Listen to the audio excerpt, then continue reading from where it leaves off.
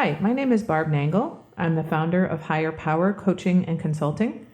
I want to welcome you to my podcast, Fragmented to Whole, Life Lessons from 12-Step Recovery.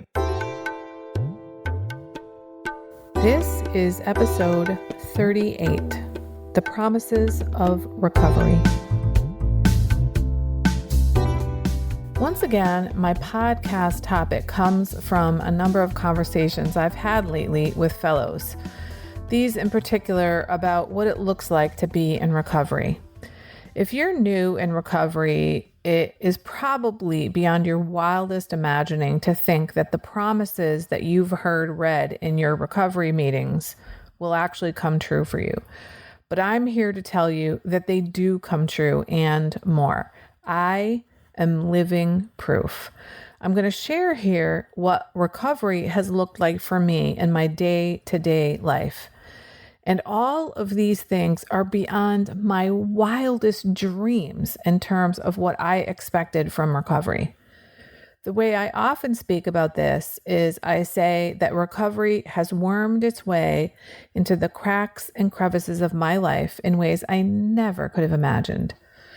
Some changes I'm certain are a result of my recovery, but I can't say how exactly. For example, a couple weeks ago, someone was talking about her recovery, and one of the examples she used was turning up the heat in her home now that she's in recovery because she deserves to be warm. And I was like, holy shit, that's related to recovery? Oh my God, I had no idea. I've had a programmable thermostat for like 15 years, and the warmest temperature I ever programmed it at was 65 degrees.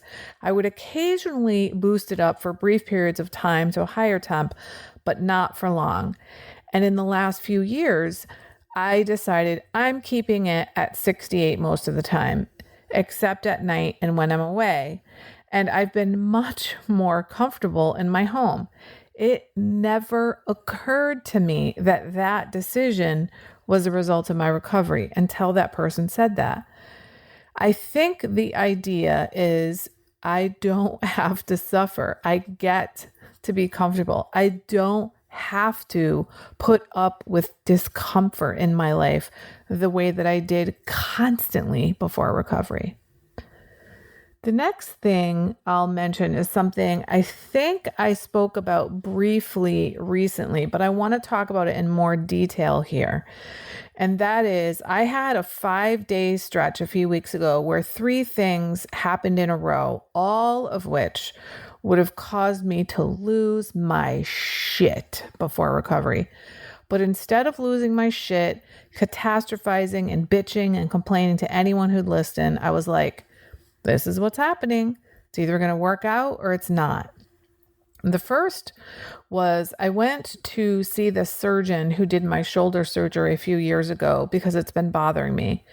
And I have a different health plan than I did back then. And when they told me we don't accept that plan, I said, even though he's in the PHCS network, and they said, yeah. And I said, okay. And I left. I went home and called my health plan. Now, in the past, I would have been a fucking asshole to the person in front of me and to the person that they had me on the phone with. I would have been fuming and argued with them and thought it was right. And I would have been really, really angry. And I also probably would have talked about this, bitched about this to lots of other people. 2 days after that, I was working on my computer and my screen just went completely black. Now, for me, my computer is my most important tool next to my brain. So this was huge for me. And my immediate thought was, well, this is either going to work out or it's not going to work out. Hopefully, it's not going to cost me a lot of money. And hopefully, I'll be able to retrieve any data that was on my computer. I was grateful that I used Dropbox for the vast majority of my stuff, so I knew most of my important stuff is backed up. But in the past, oh my God, I would have lost my mind. I would have spent a bunch of time and energy catastrophizing about what this would mean. And I probably would have spent hours thinking about all the horrible things that could possibly happen as a result of me losing all my data. Worst case scenario after worst case scenario after worst case scenario. But I didn't do any of that. I knew it's either going to work out or it's not.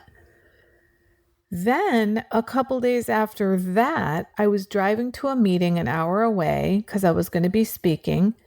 And it was a really rainy, crappy night. And I had plugged the phone in to charge it while driving because it was getting kind of low. And before I started, I glanced briefly at the GPS and all I knew was that I needed to go 91 north to Route 9 north. But I didn't know what was going to happen after that. So when I got to the point on the highway where I was getting to Route 9, I looked down at my phone to see what happens next. And I saw that even though the phone was plugged in, there was so little juice that all that appeared on the screen was a tiny little lightning bolt, which means it wasn't even at 1%. And my first thought was, well, it's either going to work out or not. I'm either going to make it there or I'm not. I did pray for sure, and I was eventually moved to unplug the phone from the car and plug it into my external charger. Now, I don't know if that mattered, but it seemed to me that it charged pretty quickly because I had spent a few minutes from the time that I noticed that it wasn't charged before I made the decision to switch it. And it didn't seem like it was getting any charged anymore.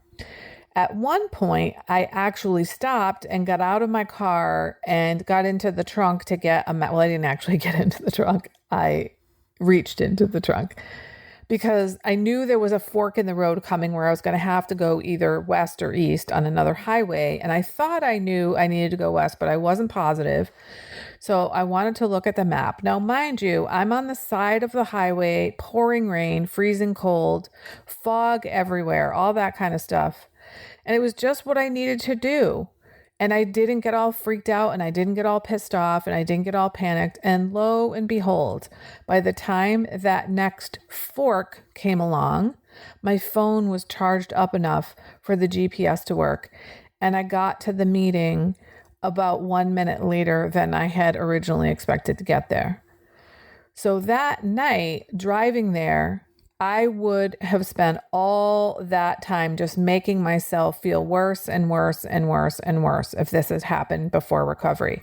I would have catastrophized and activated my internal drugstore by ramping up the cortisol and the adrenaline and all that stuff and spending my time thinking of all the shitty things that could happen and being upset that this happened to me.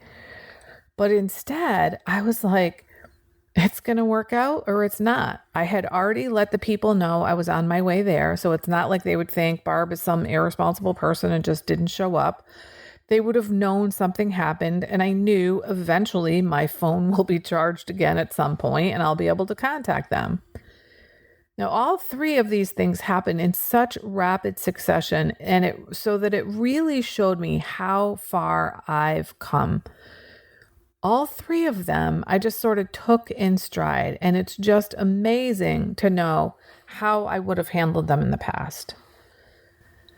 Now, moving on to another story, I was talking with a sponsee the other night about this notion of how recovery seeps into the cracks and crevices of our lives in ways we just couldn't imagine. And they told me that the other night they went into the refrigerator and opened the door and just let it stay swung wide open.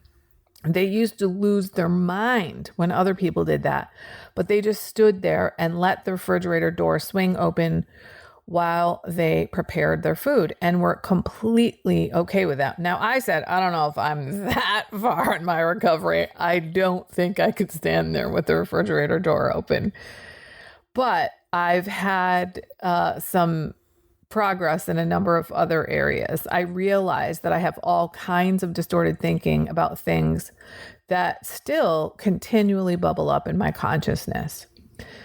One of them is several months ago, this thing happened with my dishwasher. I had this belief that I absolutely could not run the dishwasher unless it was 100% full.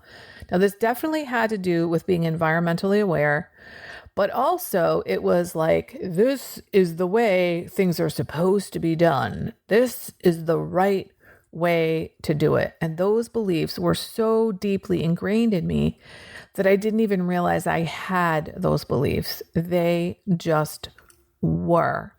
And a few months ago, I just decided one day, like, I'm ready to run the dishwasher because I'm going away for a couple days. The kitchen is clean and I'd really like to come home and not have dirty dishes in my dishwasher. So I ran it when it was not quite full. Imagine that. And since then, I have actually run it a few times when it wasn't completely full. And I haven't had a panic attack or freaked out or felt shameful about it, because that's exactly how I would have felt in the past. Now, the newest development, which was just in the last week and a half, also has to do with my dishwasher. And that is, I've realized I also had this belief that I was supposed to fit every single dish that's dirty into the dishwasher. In other words, if there's one more plate, I've got to find a way to cram that plate into the dishwasher. Even though I'm going to be running the dishwasher again and again and again, somehow holding that plate aside for the next load wasn't an option for me. It's not like there was any thinking going on about this. It's just the way things were. And just recently, I was like, wait a minute, I could leave this in the sink and run the dishwasher without it, because I'm going to run the dishwasher again. And it was just mind-blowing to me to realize that I've been operating under these assumptions about the way things are that are so deep that I don't even recognize that these are thought patterns. And another thing that has to do with the kitchen is I have 2 trivets on my stove. And for the longest time, I had this idea that I shouldn't put the dirty spoon on the trivet because it'll get dirty, even though trivets are for dirty spoons. The point is, you put the dirty spoon on the trivet so you don't put it on the stove, because it's easier to clean the trivet than it is to clean the stove. In fact, you can put the trivet in the dishwasher, but you can't put the stove in the dishwasher. So a few years ago, I just suddenly started putting the spoon on the trivet without any worries. It's not that I had never used it before, but when I did, I always felt like I was bad or wrong for doing that, or there was just something wrong with using the trivet for the thing that it was made for. This seems utterly ridiculous to me now, but that was how I lived before recovery. Another thing happened just recently over the holidays that really helped me realize I've got some recovery here. And it's that I got a gift from someone that I care very much about, and they told me ahead of time, I really just did not have time to wrap your presents. And I can tell you for a fact that in the past, I would have made that mean they don't care about me. And I would have told myself this whole big story in my head about that being evidence that they don't care about me. Now, I didn't know that I was doing these things back then, mind you, but I can look back into the past before recovery with crystal clarity and say, here's what I was thinking, here's what I was doing, and here's what my motives were. And it just blows me away that that's the case, that I can look at the past with such clarity. Now, I don't make things mean things anymore. I ask if I don't know what something means. And of course, when I made things mean things, it was always shitty things. It wasn't good things. Now, in this situation, I knew that this person had a limited amount of time and energy, and wrapping was just something that fell by the wayside. Here's something amusing that happened from this. They grabbed some of the wrapping paper that they had torn off one of the presents I gave them and just kind of crumpled it around my gift. And when they handed it to me, I was like, oh my goodness, did you get this wrapped at Macy's? So we joked about it and it was really fun and funny. And it's just such a relief to fucking relax in life and understand people are human. And just because somebody doesn't wrap a present for me doesn't mean they don't care about me. I don't have to have such rigid thinking. I have lots of evidence that shows me that this person cares very deeply about me.